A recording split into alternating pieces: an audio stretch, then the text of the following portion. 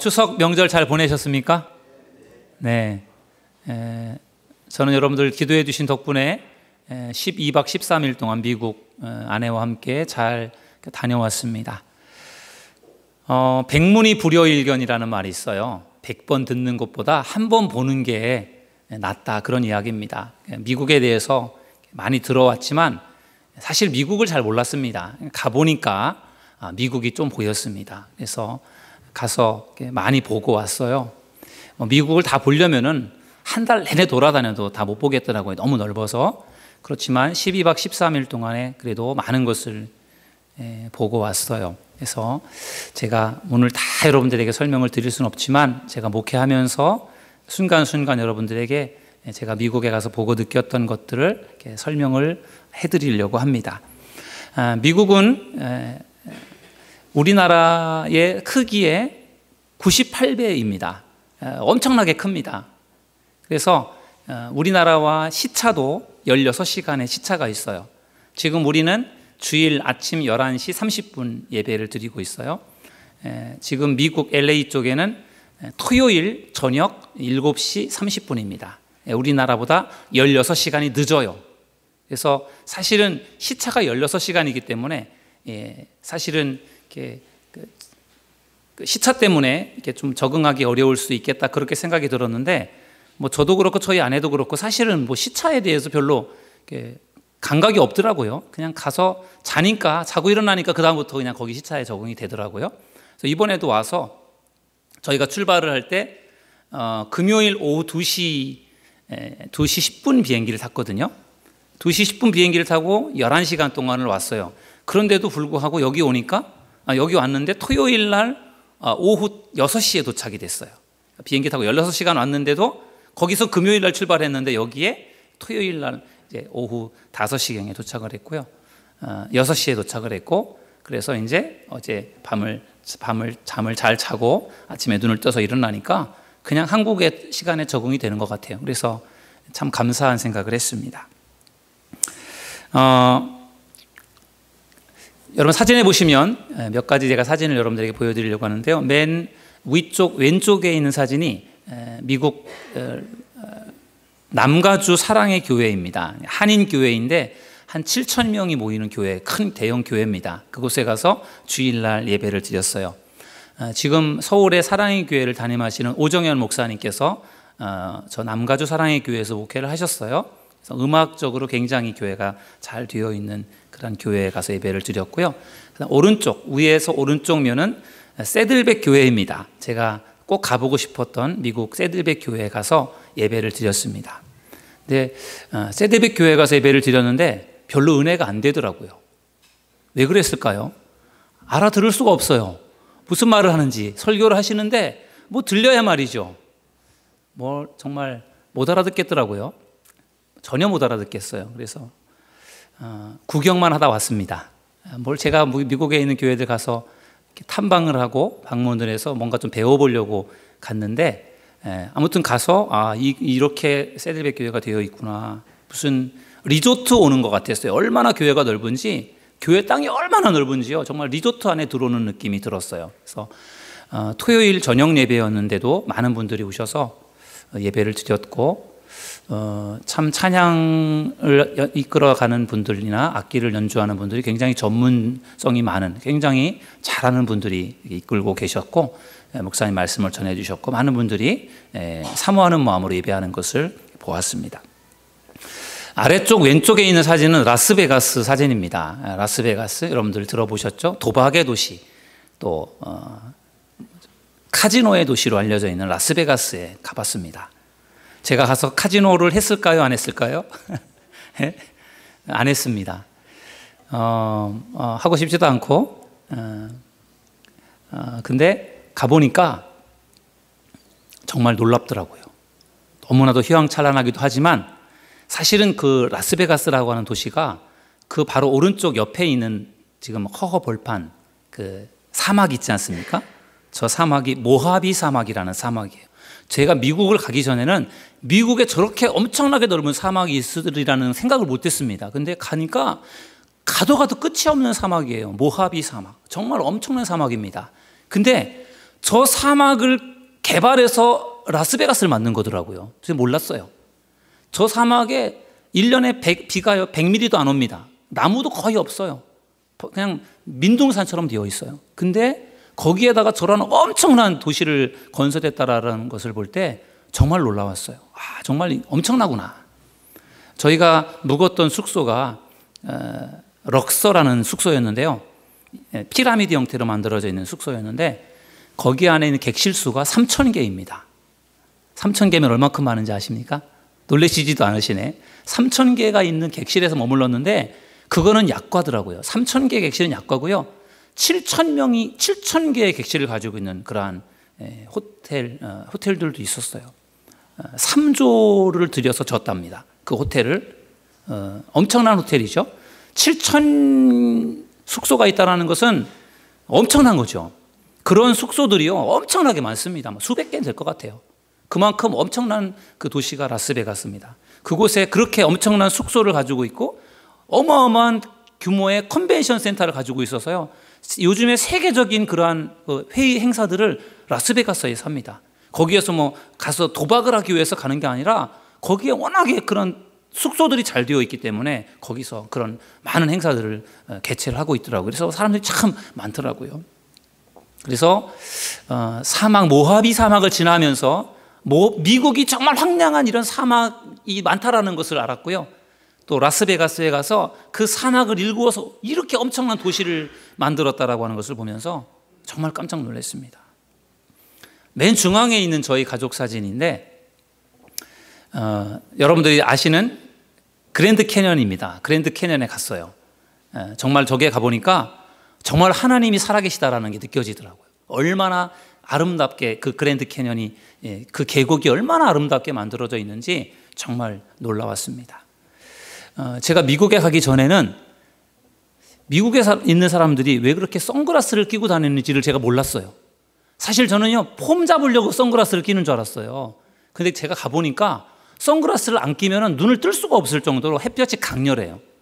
그리고 LA 쪽은요, 날씨가 굉장히 덥더라고요. 거의 40도 되더라고요. 그러니까 밖에 나가면 선글라스를 안 낄 수가 없어요. 다 밖에 다니는 사람들 선글라스를 다 기본적으로 다 끼고 다닙니다.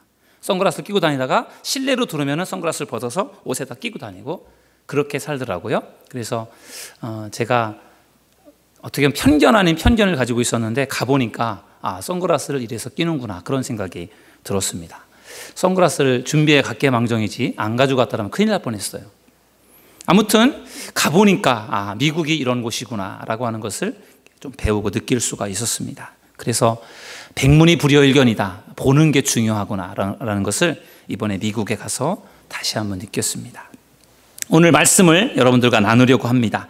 오늘 읽은 성경 말씀은 우리 사도 바울과 바나바가 전도 여행을 하는데 1차 전도 여행 때 소아시아 지역에 가서 하나님의 말씀을 전하는데 그 말씀을 전할 때 나타난 반응들이 오늘 본문에 소개가 되고 있습니다. 하나님의 말씀이 선포될 때 어떠한 일들이 일어났는가, 오늘 말씀을 통해 함께 은혜를 나누고 싶습니다. 첫째는 말씀을 사모하는 사람이 생겼다는 것입니다. 저를 따라서 하시겠습니다. 말씀을 사모하는 사람이 생겼다. 42절에 보니까 그들이 나갈새 사람들이 청하되 다음 안식일에도 이 말씀을 하라 하더라. 아멘. 바울이 소아시아 터키 그 지역에 가서 하나님의 말씀을 전했습니다. 그런데 그 말씀을 듣기 위해서 사람들이 안식일에 회당에 모였습니다. 지금으로 말하면 교육관 같은 그러한 예배당에 모인 거예요. 그곳에 모여서 사람들이 말씀을 들었는데 그 말씀에 사람들이 은혜를 받았어요. 그래서 바울에게 요청하기를 다음 주에도 와서 우리에게 또 말씀을 전해주세요, 그렇게 요청을 한 것입니다. 여러분, 하나님의 말씀을 들을 때에 하나님의 말씀을 통해 하나님께서 여러분들에게도 귀한 은혜를 주시기를 주님의 이름으로 축원합니다. 하나님의 말씀은 살았고 운동력이 있어 좌우에 날선 어떤 검보다도 예리하여 혼과 영과 및 관절과 골수를 찔러 쪼개기까지 한다고 했어요. 하나님의 말씀에 능력이 있어요. 그 말씀이 선포되니까 그 말씀이 유대인들에게도 이방인들에게도 그 말씀의 능력이 나타나더라는 거죠. 그 말씀을 들은 사람들이요, 은혜를 받았어요. 그러면서 말씀을 사모하게 되었습니다. 그래서 다음 주에도 와서 또 말씀을 전해주세요, 그렇게 부탁을 한 것입니다. 그리고 말씀을 들은 사람들이 은혜를 받은 다음에 사람들에게 전했어요. 와, 우리가 가서 말씀을 들었더니 말씀이 너무 좋더라. 그러니까 다음 주일에 우리 같이 가서 같이 말씀을 들읍시다. 사람들에게 소문을 냈습니다. 바울과 바나바가 전할 말씀이 너무 좋더라고 소문을 내서 사람들이 그 다음 주에 더 많은 사람들이, 오늘 성경에 보니까 온 시민이 말씀을 듣기 위해 모였다고 말씀하고 있어요.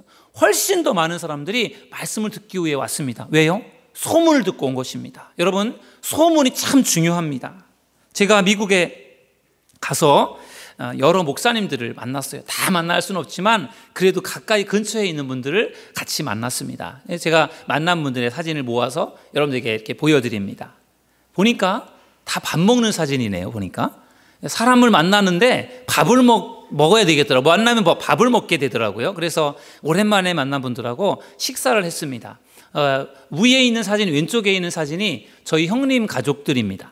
저희 형님 가족들이에요. 그래서 맨 왼쪽 앞에 나와 있는 그 딸이 저희 형님 막내딸이고요. 아들들하고 교인들 일부하고 같이 식사를 했습니다.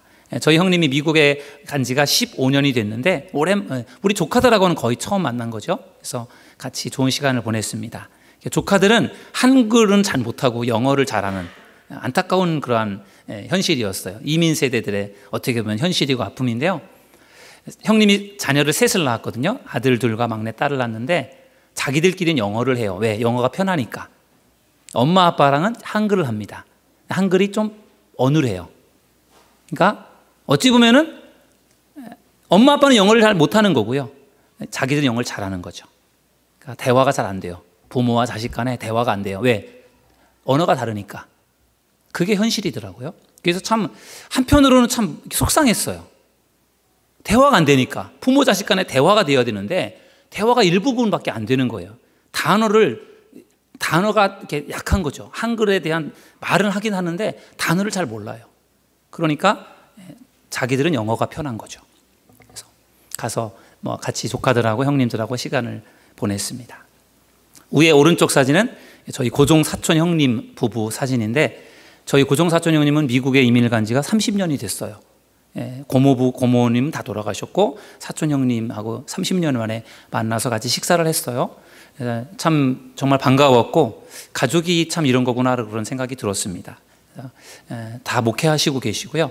그 다음에 아래쪽 왼쪽에 있는 사진은 시애틀에 있는 저희 친구 목사님이 가족인데 사모님하고 같이 목사님하고 식사를 했습니다. 그래서 같이 오랜만에, 저 친구 목사님도 거의 20년 만에 만났어요.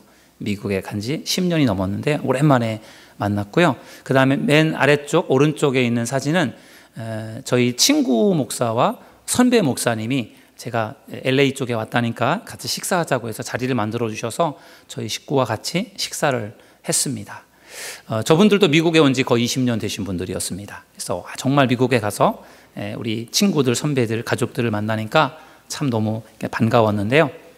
저분들과 제가 어차피 다 목사님들이니까 만나서 식사를 하면서 이제 이런저런 목회에 대한 이야기를 했는데, 우리 교회에 대한 소문이 미국에까지 나 있더라고요. 제가 소문에 대한 이야기를 드리려고 하는 겁니다.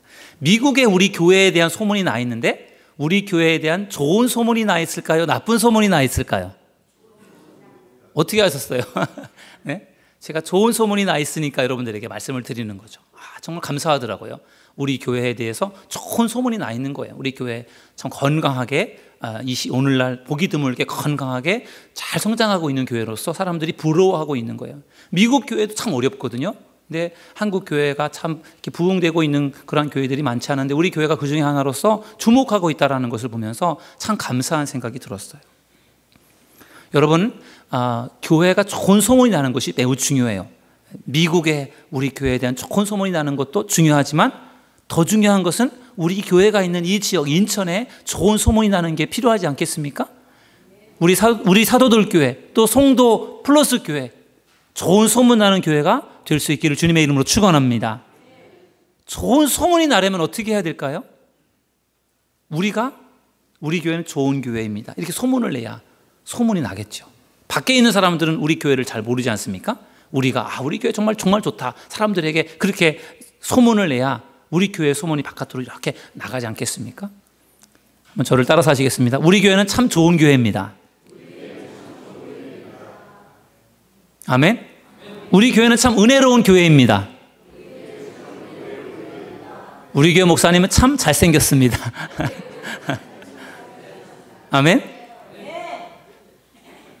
잘생기진 못했지만 그렇게 사람들에게 소문을 내주시면 사람들이 사도들 교회 분위기 좋네, 좋은 교회구나, 그렇게 생각하고 관심을 갖는 것입니다. 우리 사도들 교회, 또 우리 송도 플러스 교회가 좋은 소문이 나는 교회가 되기를 주의 이름으로 축원합니다. 바울이 하나님의 말씀을 전하니까 말씀을 사모하는 사람들이 생겨났습니다. 그리고 두 번째로는요, 바울과 바나바를 따르는 사람들이 생겨났습니다. 저를 따라서 하시겠습니다. 따르는 사람들이 생겼다. 말씀을 사모하면서 이제는 좀 더 거기에서 한 발짝 나가서 말씀을 따라가는 사람들이 생겨났다는 것입니다. 여러분 43절 말씀을 우리 같이 읽어보실까요? 43절 시작. 회당의 모임이 끝난 후에 유대인과 유대교에 입교한 경건한 사람들이 많이 바울과 바나바를 따르니 두 사도가 더불어 말하고 항상 하나님의 은혜 가운데 있으라 권하니라. 아멘. 여러분, 바울의 말씀을 들으면서 바울의 말씀에 은혜를 받은 사람들, 그리고 사모하는 사람들, 그 말씀을 따르고자 하는 사람들이 생겨나게 되었습니다. 하나님의 말씀은 은혜의 통로예요. 그 말씀을 들으면 그 말씀을 통해 은혜를 받을 수가 있는 것입니다. 감리교를 창시하신 존 웨슬리 목사님도 하나님의 말씀을 듣다가 은혜를 체험했어요. 마음이 뜨거워졌습니다. 회심했어요. 여러분들도 하나님의 말씀을 들을 때 마음이 뜨거워지고 은혜를 얻는 귀한 체험을 하시기를 주님의 이름으로 축원합니다. 바울이 1차 전도여행 때 소아시아 지역에서 말씀을 전하는데 그 말씀을 듣고 은혜를 받은 사람들이 바울과 바나바를 따르게 되었습니다. 바울은 그 말씀을 더 사모하며 따르는 사람들, 적극적인 사람들에게 바울은 이렇게 말했습니다. 항상 하나님의 은혜 가운데 있으라, 이렇게 권했어요. 말씀을 듣고 은혜를 얻고 따르는 것도 중요하지만 더 중요한 것은 은혜 가운데 머물러 있는 것입니다. 여러분, 우리가 정말로 하나님의 말씀을 들으면서 신앙생활하면서 은혜를 받는 게 중요합니다. 그런데 그 은혜를 한 번 받은 것으로 끝나서는 안 되는 거예요. 그 은혜가 계속 머물러 있도록 우리가 노력해야 되는 것입니다. 우리가 왜 주일마다 교회 나와서 예배를 드립니까? 은혜를 다시 얻기 위해서, 재충전하기 위해서 우리가 이곳에 나오는 줄로 믿습니다. 1년 전에 받은 은혜로 우리 1년을 살아가려고 하는 것이 아니라 우리가 매주마다 하나님의 은혜를 체험하는 사람들이 되어져야 할 줄로 믿습니다. 바울이 그걸 전한 겁니다. 은혜 안에 머무르라는 거죠. 항상 은혜 가운데 머무르라는 것입니다. 제가 미국에 가서 2주간 동안을 있어 보니까 참 편안하고 좋더라고요.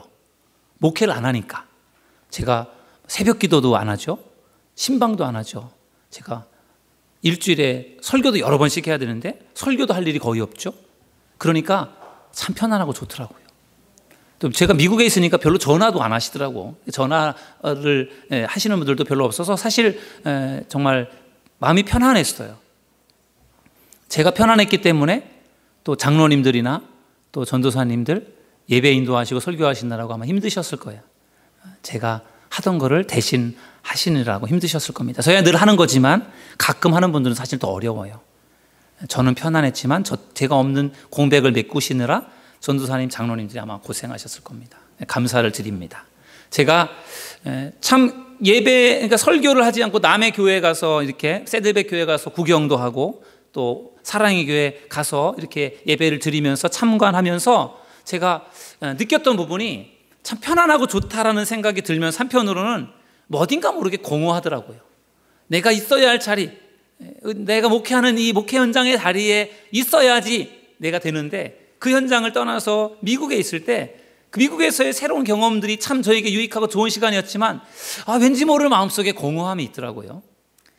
하나님의 어떤 그런 은혜 안에 거해야 되는데, 물론 거기서도 하나님의 은혜 안에 거했는데 목사라고 하는 제가 말씀을 준비하고 기도하고 예배를 인도하고 신방을 하고 이게 목회를 하는 곳에 있을 때 제가 더 하나님의 은혜 안에 머물게 되더라고요. 목사라고 해도 제 목회 현장을 떠나서 미국에 가니까 제가 새벽 기도도 안 하게 되고 성경책도 잘 안 보게 되고 기도도 잘 안 하게 되고 이렇게 되는 거예요. 그래서 목회 현장 속에 내가 있는 게 그게 정말 중요하구나. 그게 바로 하나님의 은혜 가운데 거하는 거구나. 그런 생각이 들었어요. 여러분들도 하나님의 은혜 안에 항상 거하시기를 주님의 이름으로 축원합니다. 그 중에 제일 중요한 것이 하나님 앞에 나와 예배를 드리는 거예요. 이것이 우리가 하나님 안에 거하는, 하나님의 은혜 안에 거하는 너무나도 중요한 시간입니다. 여러분들이 주일을 거룩하게 지키시고 늘 주일 주님 앞에 나오셔서 하나님의 은혜 안에 거하는 그러한 믿음의 성도님들이 되시기를 주님의 이름으로 축원합니다. 바울은 자신의 말씀을 듣고 따르는 사람들에게 은혜 안에 항상 거하라고 그렇게 말해 주었습니다. 그리고 말씀이 선포될 때 나타난 세 번째 현상은 시기하고 비방하는 사람도 생겼다라는 것입니다. 저를 따라서 하시겠습니다. 시기하고 비방하는 사람도 생겼다. 여러분, 말씀을 사모하는 사람, 더 적극적으로 말씀을 따르는 사람들도 있었지만 시기하고 비판하고 그리고 핍박하는 사람들도 있었다는 것입니다. 45절에 보니까 유대인들이 그 무리를 보고 시기가 가득하여 바울이 말하는 것을 반박하고 비방하거늘 말씀하고 있습니다. 말씀이 선포될 때 은혜를 받고 변화되는 사람도 있지만 그러나 시기하고 비방하는 사람도 있다는 것입니다. 여러분, 바울이 말씀을 전하고 사역하는 것을 비방하고 방해한 사람들이 어떤 사람들인지 아십니까? 유대인들입니다. 유대인, 이방 사람들이 아니에요. 믿지 않는 불신자가 아니라 믿는 사람들이 오히려 바울을 핍박하고 힘들게 만들었습니다. 여러분, 우리가 전도할 때에도 불신자들이, 믿지 않는 사람들이 우리의 전도를 방해할 때도 있지만 어떤 때는요, 믿는 사람들이 방해할 때도 있어요. 전도하는 것을 믿는 사람들이 방해할 수도 있습니다. 그럴 때 우리가 어떻게 되느냐? 바울의 그 사역을 우리가 기억해야 됩니다. 바울은 핍박을 당하고 고난을 당했지만 담대하게 말씀을 전했다고 오늘 46절은 말씀하고 있습니다. 여러분들이 복음을 전할 때, 전도를 할 때 전도가 힘들어서 낙심이 될 수 있어요. 그것 때문에 핍박을 당할 수도 있습니다.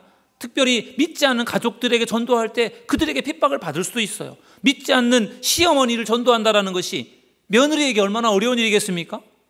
그래서 그것 때문에 핍박을 당할 수 있어요. 그러나 낙심하지 마십시오. 담대하십시오.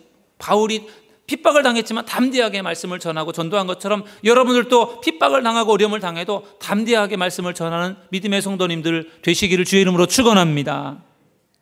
마지막으로 네 번째는 말씀이 전파될 때 어떠한 역사가 나타나느냐 하면 영생을 주시기로 작정된 사람은 다 믿었다는 것입니다. 저를 따라서 하시겠습니다. 작정된 자는 다 믿었다. 예, 이 부분이 중요한 말씀이에요. 오늘 설교의 제목이 VIP를 작정하라는 것입니다. 여기에도 작정이라는 단어가 나옵니다. 여러분, 하나님께서 영생을 주시기로, 구원하시기로 작정한 사람들이 있어요.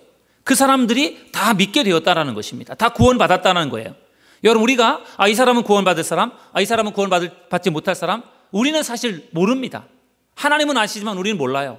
그런데 어떻게 우리는, 그렇다고 해서 우리가 그거를 모른다고 해서 가만히 있을 수는 없지 않습니까? 어떻게 하면은 우리가 영생을 주시기로 작정한 사람들을 우리가 어떻게 알 수 있는가?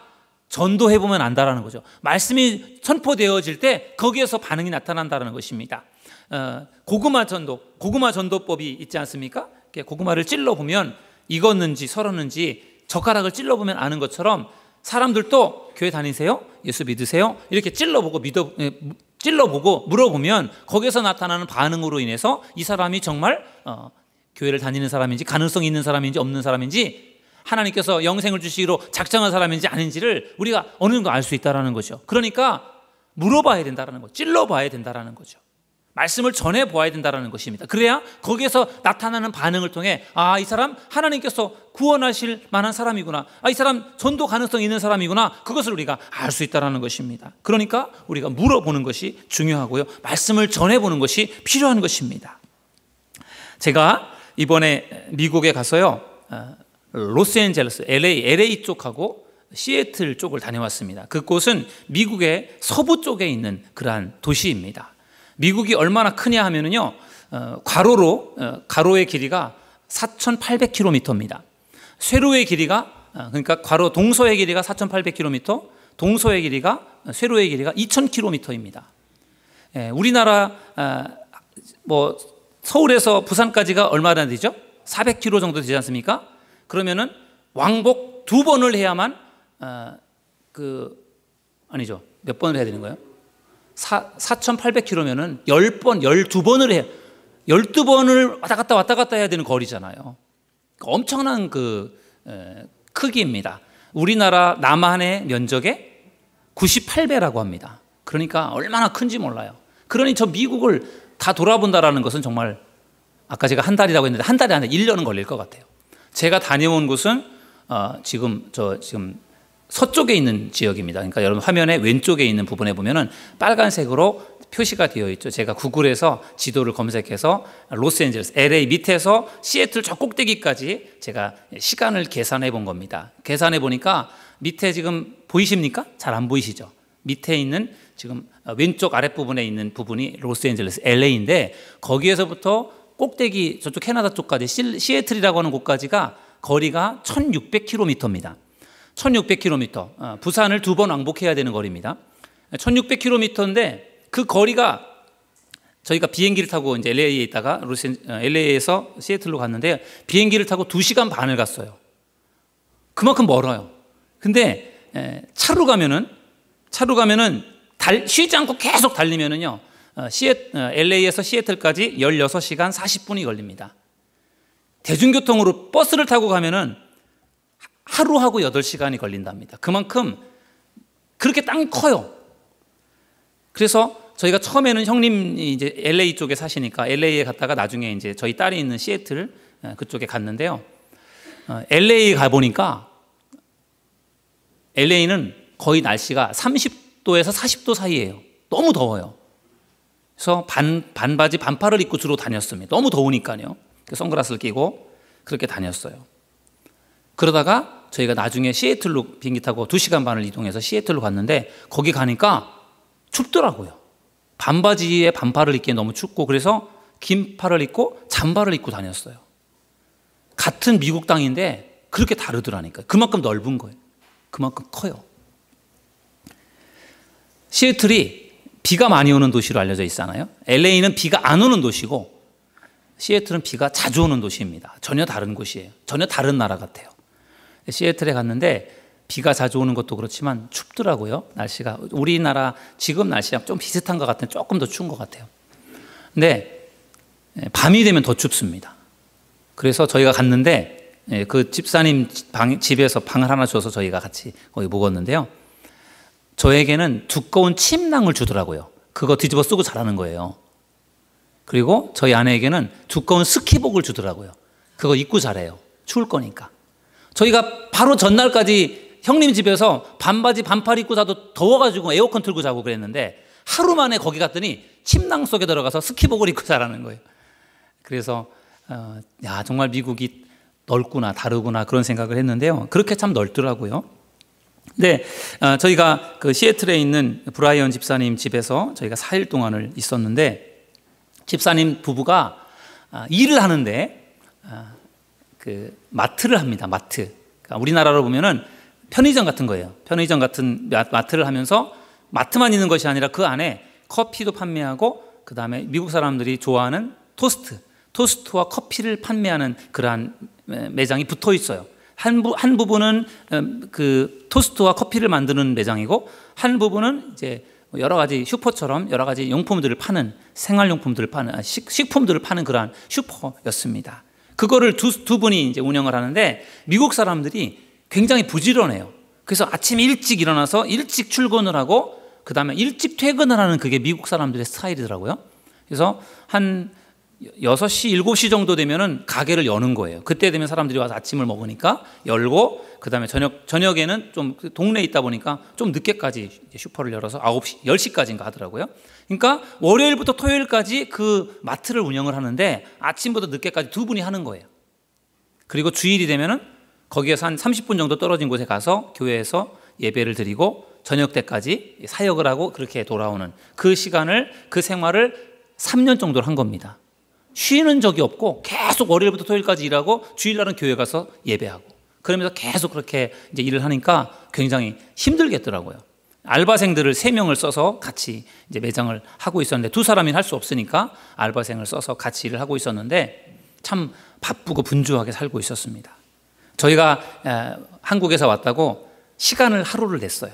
저희가 갔을 때 수요일 날 하루를 쉬어서 우리랑 같이 구경도 하고 다녔는데 미국에 온 지 3년 만에 처음 쉬었답니다. 한 번도 쉰 적이 없대요. 그만큼 미국이 이렇게 살기 좋은 나라이고 편안한 나라인 것 같지만 굉장히 사람들이 바쁘고 분주하게 부지런히 살더라고요. 일을 하는데 이 집사님이 이제 알바생들을 써서 일을 하는데, 알바생들이 주로 한국에서 유학 온 유학생들이에요. 유학으로 와서 공부를 할 때 미국 사람들은 학비를 많이 안 받는데 한국 사람들한테는 학비를 많이 받아요. 굉장히 비쌉니다, 비용이. 그래서 뭐 칼리지 같은 경우, 2년제 전문대학 같은 경우는 사실 등록금이 한국보다 조금 비쌀 정도인데, 유니버시티라 그래서 4년제 대학, 정식 4년제 대학을 다니려면요 등록금이 1년에 4천만 원에서 5천만 원이 듭니다. 4천만 원에서 5천만 원이 1년에 드는 거예요, 등록금만. 그러니 생활비와 이런 걸 다 하면은요 뭐 8천만 원 1억이 드는 거예요. 그만큼을 돈을 내고 어떻게 학교를 다닙니까? 그러니까 미국에 유학으로 온 학생들이 대부분 집에서 정말 돈이 많아서 무슨 정말 대기업 사장님 자녀가 아닌 이상은 미국에 유학 온 학생들이 다 아르바이트를 하는 거예요. 알바를 하면서 돈을 벌어서 그걸 가지고 생활비도 하고 학비도 일부분 대고 이렇게 하면서 이제 공부를 하는 겁니다. 그러니까 알바를 하는 유학생들이 많은 거예요.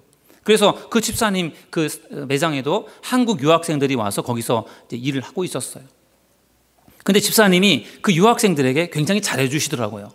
그러니까 고용주와 또 이런 어떤 직원의 관계가 아니라 형, 동생 이런 개념으로 가족처럼 굉장히 잘 해주더라고요. 왜냐하면 그 집사님도 고등학교 때 유학을 가서 그 생활을 해봤기 때문에 유학생들의 그 마음을 아는 거예요. 그래서 굉장히 잘 해주더라고요. 그러면서 전도를 하고 있었습니다. 제가 이제 여러분들에게 드리고 싶은 말씀이 그거예요.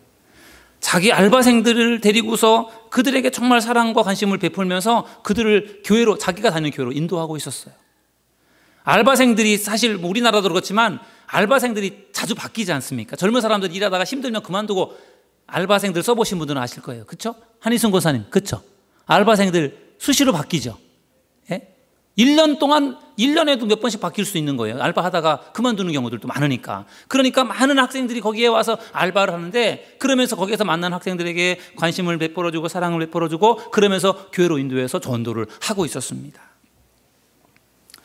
저희가 시애틀에 갔을 때 목요일 저녁에 그 알바생들 3명, 알바생들 2명하고 그 다음에 그 집 딸이 다니는 태권도 학원 그 사범하고 3명을 다 청년인데 그 사람들하고 같이 시간을 보냈습니다. 그 브라이언 집사님하고 가깝게 지내는 분들이었는데 그 청년들하고 이렇게 이야기를 했어요. 그 청년 중에 한 사람은 중학교 때 미국에 유학을 왔더라고요. 6년이 됐는데 예원이랑 나이가 같아요.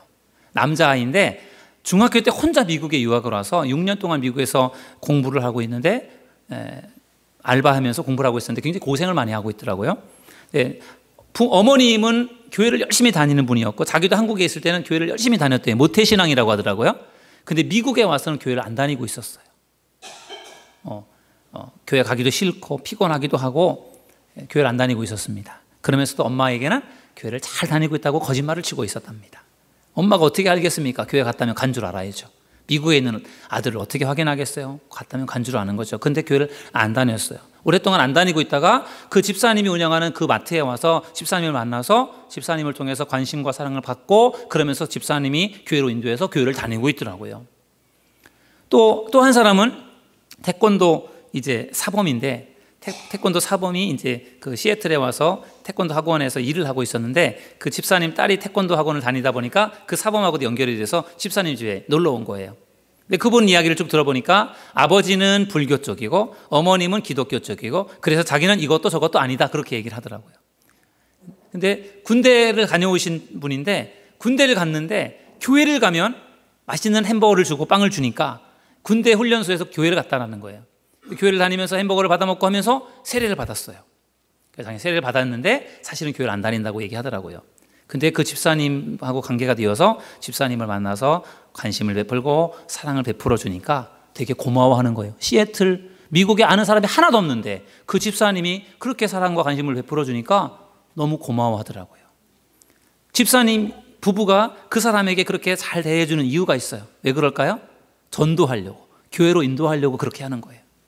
아직은 얼마 되지 않아서 그분을 교회로 아직은 인도하지 않았지만 제가 볼 때는요 분명히 그 사람은 교회를 갈 것입니다.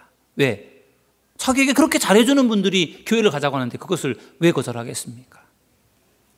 그런 방식으로 전도를 하고 있었어요. 집사님 부부와 이야기를 나눴습니다. 그 집사님 부부가 너무 힘들어서, 그 마트를 하는 게 너무 힘들어서 그만을 두려고 몇 번씩이나 마음을 먹었었답니다. 그만둬야지, 우리 너무 힘들어서 못하겠다. 그 브라이언이라고 하는 분이 인천 외국어고등학교에서 영어 교사를 하던 분이거든요. 영어 원어민 교사를 하시는 분인데, 그분이 교사를 포기하고 미국에 가서 슈퍼를 한다 그래서 제가 좀 이해가 안 됐어요. 아니, 교사를 하시는 분이 교사를 하시면 그게 좋지, 어떻게 교사를 그만두고 슈퍼를 하려고 생각하실까? 사실 이해가 잘 안 됐거든요. 근데 가보니까 좀 이해가 되더라고요. 그러니까 돈벌이가 되니까 하시는 거예요. 돈을 벌기 위해서. 근데 그게 너무 힘드니까 그만두려고 마음을 먹었는데, 그런데 그만두지를 못하고 있더라고요. 왠지 아십니까? 전도하시려고, 전도. 그 마트를 하면서 거기에 찾아오는 유학생들, 알바생들을, 그들을 보면은 너무 딱하고 자기 생각이 난다는 거예요. 그리고 그 사람들이 상처도 있고 참 많은 외로움도 있고, 그런데 대화를 나누고 전도하면 된다는 거예요. 그러니까 그 사람들을 만나서 예수님을 전하고 그들을 교회로 인도하고 이러는 게 자기 사명같이 느껴지더라는 거예요. 그래서 너무 힘들어서 그만두고 싶은데 그만두지 못하고 그 일을 하고 있더라고요. 참 귀한 일을 하고 있다, 그런 생각이 들었어요. 저희 딸도 그래서 그 집에서 거의 7개월을 살았지 않습니까? 그 집사님 부부가 정말 아무 이유 없이, 아무 조건 없이 우리 딸을 데리고 있었던 거예요. 그래서 그 집에서 저희 딸이 공부하면서 이렇게 정말 머물 수 있었습니다. 다음 주에 저희 딸이 이제 오는데, 아무튼 그래서 많은 은혜를 받고 또 사랑을 받았던 그 집사님 만나서 너무나 감사했는데, 그분들이 그렇게 전도를 하고 있는 것을 보았습니다. 여러분 주위에도 교회를 다니지 않는 분들이 분명히 있을 거예요. 여러분 가족들 중에, 또 친척들, 친구들, 또 여러분들 이용하는 뭐 마트, 슈퍼 이런 만나는 그 주변에 있는 그 주민들 가운데도 교회를 다니지 않는, 믿지 않는 사람들이 분명히 있을 것입니다. 여러분, 그 사람들과 우리와 만남이 우연이 아니에요. 하나님께서 그들을 만나게 하신 데는 분명한 이유가 있을 것 같아요. 그래서 여러분들이 그런 사람들을 볼 때 여러분들이 혹시 이 사람 하나님께서 구원하기로 작정하신 분이 아닐까? 기도하는 마음으로 그들에게 한번 전도해 보십시오. 그들에게 말씀을 전해 보세요. 그러면 하나님께서 영생을 주시기로 작정한 사람이라면 여러분들이 말씀을 전하고 전도할 때 거기에 반응을 보이게 될 줄로 믿습니다. 그런 사람들을 찾아서 그런 사람들을 여러분의 전도 대상자 VIP를 정하고 그들을 위해 기도하면 하나님께서 분명히 놀라운 역사를 이루어 주실 줄로 믿습니다. 오늘 사도 바울이 하나님의 말씀을 전할 때 하나님께서 영생을 주시기로 작정한 자가 다 믿었다라고 말씀하고 있어요.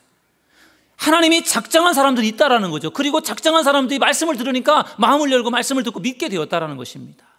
여러분, 작정한다라는 것이 중요한 일입니다. 내가 이 사람을 위해 기도하고 이 사람을 꼭 전도해 봐야 되겠다, 그렇게 마음에 작정한 사람과 그런 작정을 하지 않는 사람과는 달라요. 여러분, 2015년 우리가 전도 축제를 또 진행하고 있습니다. 이번 전도 축제, 내가 누구를 작정할 것인가, 어떤 사람을 한번 전도해 볼 것인가, 한번 여러분의 마음속에 깊이 작정을 해보시고 결단을 해보세요. 그러면은 하나님께서 그 이후에 여러분들을 귀한 은혜를 주시고 귀한 길로 분명히 인도해 주실 줄로 믿습니다. 그렇게 내가 작정을 하고 그 사람을 전도해서 하나님께로 인도한다면 하나님이 그 한 영혼을 보면서 얼마나 기뻐하시겠습니까? 오늘 우리가 전도 대상자를 고민하고 작정하는 날이에요. 이제 오늘부터 시작해서 한 주간 동안 여러분 기도하면서 찾아보세요. 내가 누구를 전도할까? 내가 누구를 작정해야 될 것인가? 찾아보시고 기도하면서, 그리고 여러분 명단을 적어보시고 그거를 하나님 앞에 제출하시고 그 사람들을 위해 기도하면서 이번 전도 축제에 꼭 초대해 보세요. 하나님께서 놀라운 은혜를 베풀어 주실 줄로 믿습니다.